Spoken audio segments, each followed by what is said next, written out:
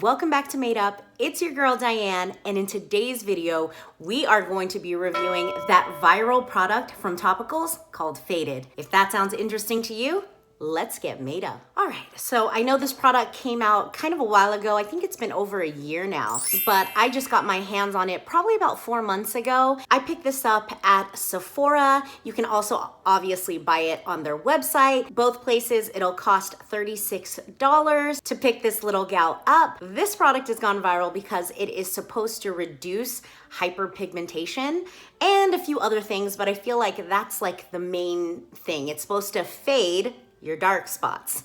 So this product really intrigued me because I have a lot of hyperpigmentation. Typically, if you're somewhat my skin tone or you just have a little bit more melanin in your skin, you're going to have maybe a little bit more issues with pigmentation.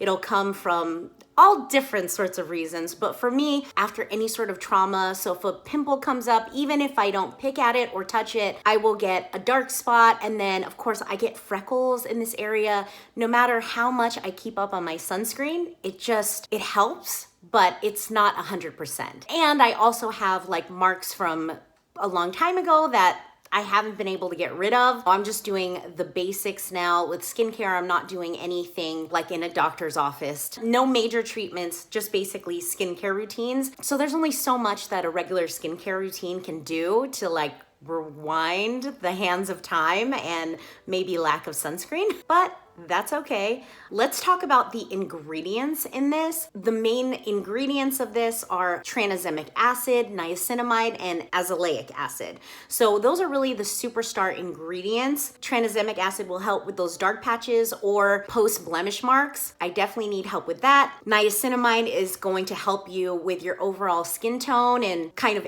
even everything out. And then azelaic acid is really gonna brighten up the skin tone. So we've got some really heavy hitting ingredients in this product. So I was definitely super excited to pick this up. I think originally when I tried buying this, when it was going truly viral, I just couldn't get my hands on it, and then Sephora eventually picked it up and had it in stock. So that's why I'm a little late on this gal, but that's okay. I have it now, so all is well. There are some other really good ingredients in here that might not be the highest concentration, but they're still really present and really nice things to have in this product. There's Centella asiatica leaf extract, kojic acid, melatonin, licorice root is in there. So there's some really good ingredients. And then of course, I will list the full ingredient deck on your screen so you guys can take a look at that. As far as instructions on how to use the product, you would think that there would be instructions on there.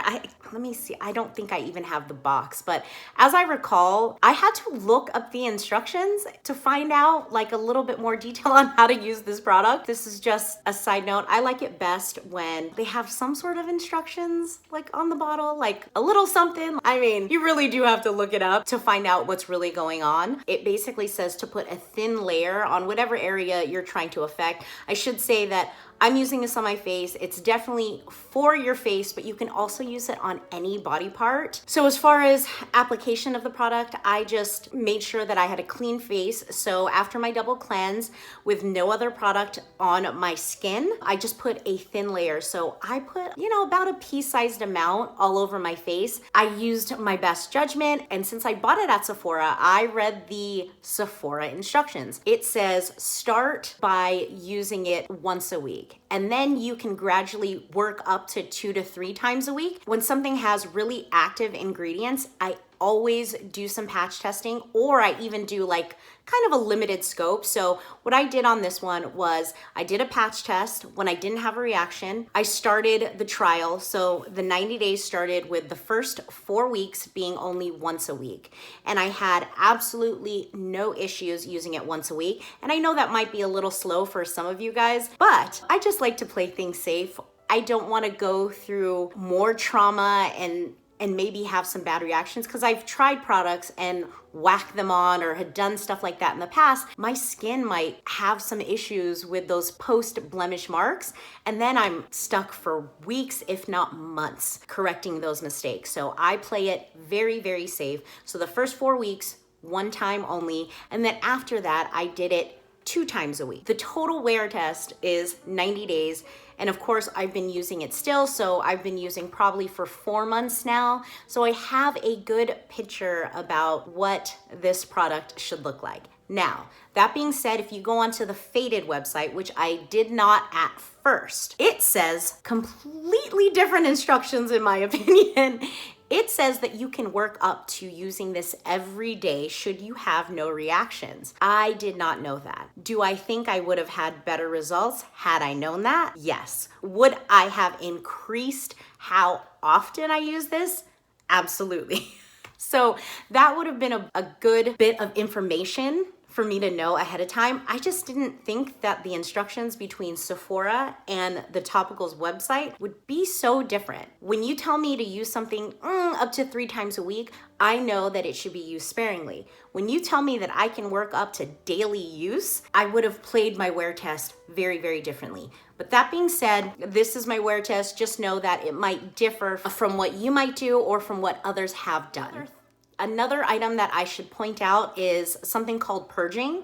Now, on their website, they actually have this little disclaimer, this little FYI, if you will, basically saying that it may cause some initial skin purging, look for some texture, bumps, and or whiteheads. This should not involve any irritation, inflammation, burning, or itchiness, and by the way, no hydroquinone. I will say that I did have this. There are some people, from what I can tell, who it didn't affect at all. And once I hit the 5-week mark and I upped my game to 2 times a week, that's when I started getting the purging. At first, I did not know what it was. So I started eliminating products that I thought it could be. Typically, I would do this, eliminate one, then another, and kind of really identify the issue.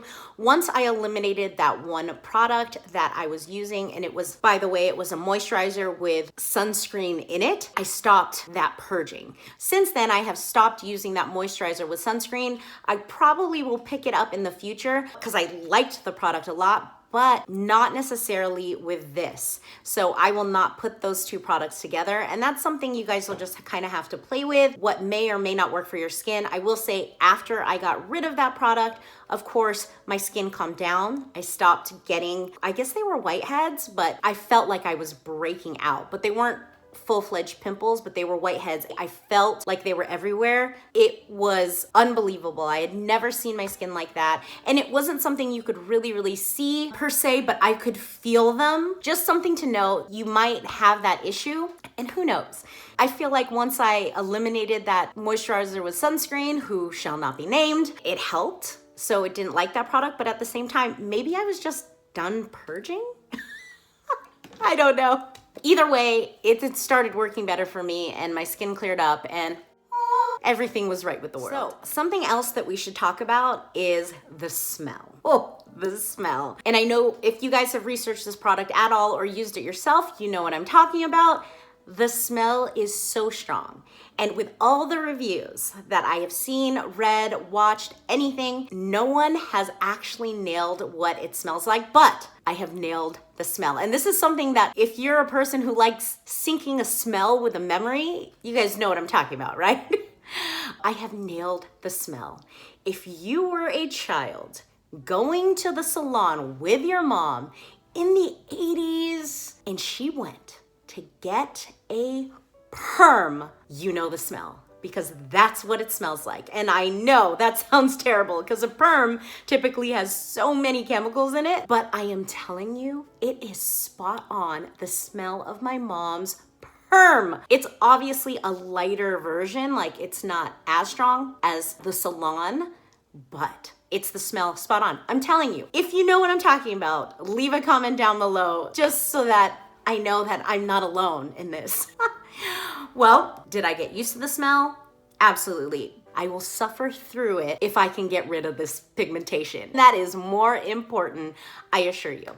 So now, going over the results. Again, I technically wore this for 90 days, but for 4 weeks of that time, I was only using it once a week. For 2 months, I used it twice a week, which I feel is fairly regular and enough to see some sort of results. And I did.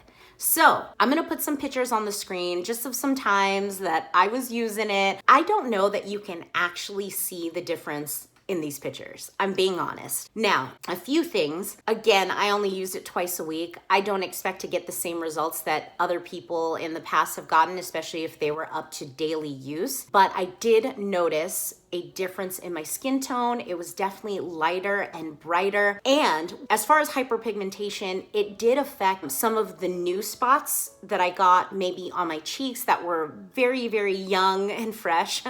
You know, maybe hadn't been with me for a long time. So some melasma that I have up here, some marks that I have here that have been with me for years now, I didn't see too much change. But again, I only use it twice a week. But on any new hyperpigmentation, any trauma that my skin has suffered in the last 4 months, definitely faded much quicker than it normally would have. And I did notice that. And then of course I lost some freckles in this area. I get freckles there, and like not in the cute way where everyone's like trying to draw on freckles, but in the hyperpigmentation kind of way where you want to get rid of them.